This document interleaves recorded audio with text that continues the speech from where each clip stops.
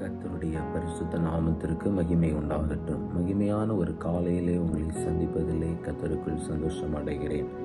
சங்கீதம் 41வது சங்கீதம் 11வது வசனம் சொல்கிறது, என் சத்துரு என்மேல் ஜெயங்கொள்ளாததினால் நீர் என்மேல் பிரியமாயிருக்கிறீர் என்று அறிவேன்.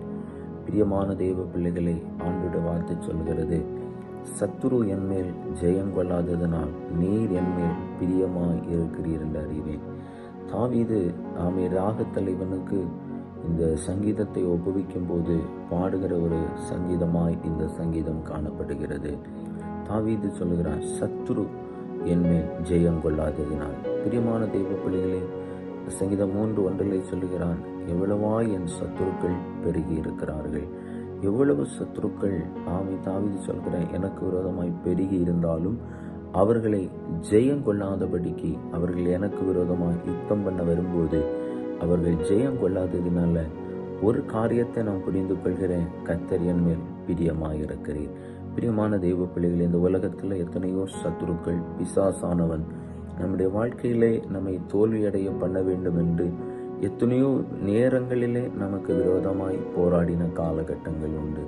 ஆனால் அப்படிப்பட்ட சூழ்நிலைகளில் எல்லாம் கர்த்தர் நம்மோடு கூட இருந்து நமக்கு ஜெயத்தை கொடுத்து இன்றைக்கும் ஆண்டவன் நடத்துகிறார். காரணம், ஆண்டவன் நம்மை நேசிக்கிறதுனால. ஆண்டவன் நம்மை நேசிக்காவிட்டால் நாம் தோற்று போயிருப்போம்.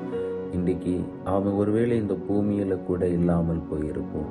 அப்படியானால் கர்த்தரை ஆராதிக்கிற தேவ பிள்ளைகளே, ஆண்டவர் நம்ம நேசிக்கிறதுனால சத்துருவுடைய எல்லா கிரியைகளுக்கும் ஆண்டவர் நம்மை விலக்கி பாதுகாத்திருக்கிறார். அதே தான் தாவீது இந்த சங்கீர்த்தனத்திலே குறிப்பிடுகிறார். ஜெபிப்போமா? எங்களை நேசிக்கிற பரலோக பிதாவே, நல்ல வேலைக்காக நன்றியோடு நாங்கள் துதிக்கிறோம்ப்பா. சத்துரு எங்கள் மேல் ஜெயங்கொள்ளாததுனால இவ்வளவாய் கர்த்தர் எங்களுக்கு ஜெயம் கொடுத்து எங்களுக்காக நீர் யுத்தம் பண்ணி கொண்டிருக்கிறதுனால நீர் எங்களை எவ்வளவு நேசிக்கிறீர் என்பதை நாங்கள் அறிந்து கொண்டிருக்கிறோம்ப்பா. இந்த நாளையும் உடைய பிள்ளைகளுடைய வாழ்வில் ஆசீர்வாதமாய் கொடுங்க, தேவைகளை சந்திங்க, ஒரு குறைவில்லாதபடி கர்த்தர் தம்முடைய பிள்ளைகளை நடத்துங்க, ஆசீர்வதிங்க. இயேசுவின் நாமத்தில் தருகிறோம் நல்ல பிதாவே. ஆமேன், ஆமேன். God bless you. கர்த்தர் உங்களை ஆசீர்வதிப்பார்.